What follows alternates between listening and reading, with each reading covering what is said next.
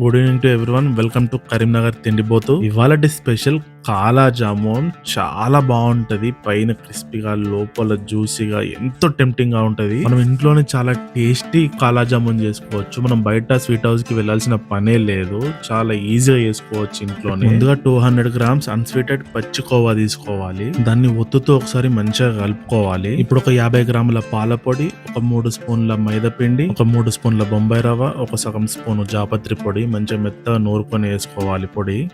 ఇప్పుడు ఒక పావు స్పూన్ యాలకుల పొడి, ఒక పావు స్పూన్ సోడా వేసుకొని మళ్ళీ ఒకసారి మంచిగా కలుపుకోవాలి. దీంట్లో నీళ్లు పోయొద్దు. కోవాలోనే చాలా మాయిశ్చర్ ఉంటది. దాంతో మనం మొత్తం కలుపుకోవచ్చు. మనం ఎంత బాగా కలుపుకుంటే జామున్స్ అనేవి అంత స్మూత్ గా వస్తాయి. మనం మొత్తుతూ బాగా కలుపుతా ఉండాలి. బాగా కలిపిన తర్వాత మెత్త దుద్దిలాగా అయిపోతుంది. ఒక పావు గంట 20 నిమిషాల పాటు పక్కన పెట్టాలి. ఇప్పుడు చక్కెర పానకం కోసం 200 గ్రాముల చక్కెరలో 300 ml నీళ్లు పోసుకొని మంచిగా మరగబెట్టాలి.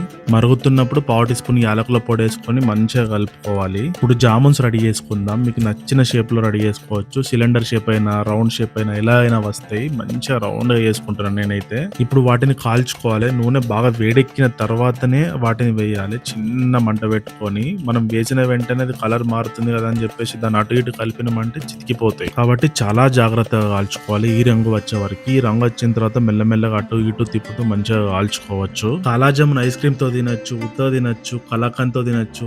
నాకైతే ఐస్ క్రీమ్ తో తింటే చాలా బాగా అనిపిస్తుంది. ఆల్మోస్ట్ మొత్తం రెడీ అయిపోయింది. ఈ రంగు చూడండి. ఈ రంగు వచ్చిన తర్వాత తీయాలి. ఇంకా ఎక్కువసేపు ఉంటే మాడిపోతాయి. ఇప్పుడు మనం ముందుగా రెడీ చేసి పెట్టుకున్న చక్కెర పానకంలోకి వేసేయాలి. 1 గంట 2 గంటల పాటు నానాలి. నేనైతే ఒక అర్ధ గంటకి తీసేసిన ఆగలేకపోయినా. ఇంతే రెడీ అయిపోయింది. చూసారు కదా ఎంత సింపుల్ గా అయిపోయిందో. బయట స్వీట్ హౌస్ లో కూడా ఇంత క్వాలిటీగా ఉండదు. మీకు ఇది నచ్చిందా? మీరు ట్రై చేస్తారా? అయితే ఈ రాఖీ ఫెస్టివల్ కి, ఈ స్పెషల్ అకేషన్స్ కి ఖచ్చితంగా ట్రై చేయండి. ఇది తిన్న వాళ్ళు ఖచ్చితంగా మిమ్మల్ని అప్రిషియేట్ చేస్తారు. ఎందుకంటే అంత బాగుంటది. ఇది నచ్చితే ప్లీజ్ సబ్స్క్రైబ్. Thank you.